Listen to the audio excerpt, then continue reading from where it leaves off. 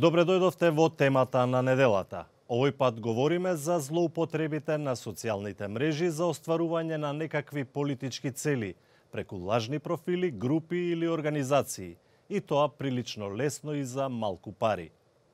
Представници на Facebook, Twitter и Google признаа дека Русија ги користела нивните платформи за создавање поделби, тензии, па и конфронтации во Соединетите држави, за прашања како миграцијата, контролата на носењето оружје и слично. Признанието на овие компании е прва голема победа на истрагата за мешањето на Русија во американските претседателски избори.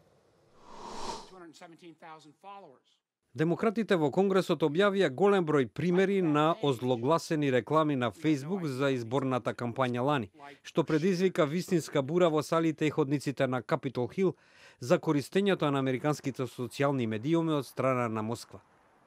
Рекламите и на Facebook и на Instagram беа финансирани од Кремљ, но преправени како активистички организации за се, од правото за носење оружје до борбата против полициското насилство.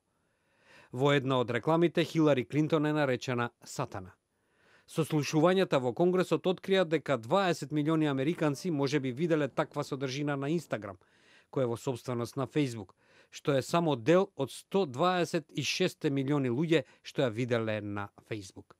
Рекламите и другите постови беа дизајнирани да сеат поделби и во многу случаи да му помогнат на Доналд Трамп. Председателот на Сенатскиот комитет за разузнавање, републиканецот Ричард Бур, изјави: This isn't about relitigating the 2016 US presidential election. This isn't about who won or who lost. This is about national security. This is about corporate responsibility. And this is about the deliberative and multifaceted manipulation of the American people by agents of a hostile foreign power. Пратениците сакаа да знаат зошто Силиконската долина очигледно заспала над прекинувачот. Генералниот советник на Facebook, Колин Стреч, изјави: It pains us as a company, it pains me personally to see that our platform was abused in this way. Според него, самиот факт што странски актери успеале да искористат отвореноста на нивната платформа е длабоко болна лекција за Facebook. Пратениците во комисиите за разузнавање на Сенатот и Представничкиот дом порачаа дека Facebook, Twitter и Google мора повеќе да работат во отфрлањето на странските обиди да ги искористат овие платформи, што би можело да биде застрашувачко за информатичката технолошка индустрија. Некои од прашањата се колку тоа ќе доведе до поголема регулација и до промена на начинот на кој се работи онлайн.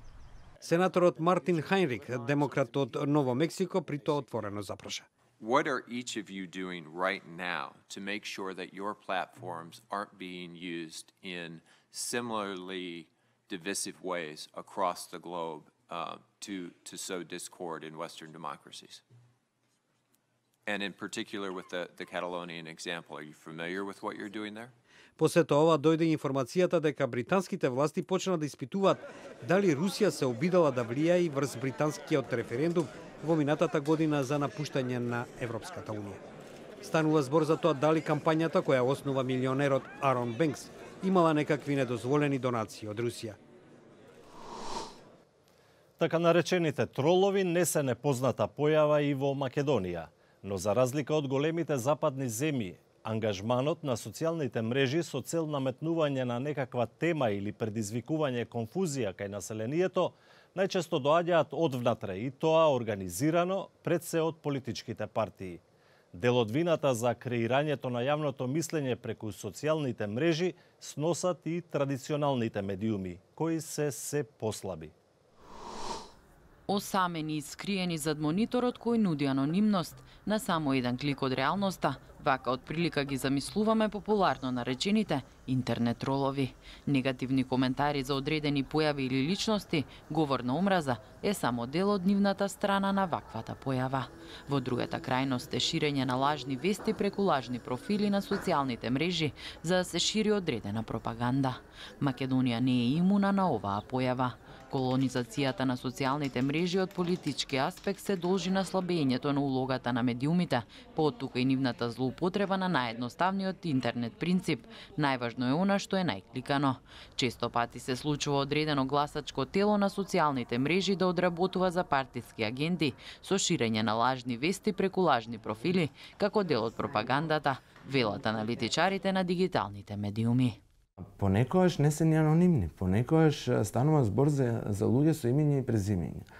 Најчесто тоа се случуваше во последната декада луѓе кои добиле одредено вработување на некој специфичен начин, најчесто преку партиски ангажман, добиваа задолжение да бидат активни за партијата или за каузата. Тоа значи дека тие добиваат порака да промовираат одреден пост, да коментираат, добиваат препорачани одговори и прашања, аргументи, и работеа со нивните имиња и презимиња. Дури има и екстремен случај кој сум го сретнал, а тоа е давање на својот јузер и пасворд на партијата. Заштитата е можна, но е во експериментална фаза, додава Ричлиев. Тоа се должи исто така и на слабењето на улогата на медиумите и методи има, но сите се експериментални. Во моментот сите лутаат, тоа е тера инкогнита, едноставно луѓето ги газат патеките, а по нив се прават правилата. Тој објаснува дека ваквите алатки во јавноста не се нови, само се модифицирани. Слабењето на улогата на медиумите според Ричлиев доведе до тоа троловите да владеат на интернет. Тоа беше се во оваа емисија која беше посветена на злоупотребите на социјалните мрежи за предизвикување конфузија кај населението и за остварување на некакви политички цели. До гледање.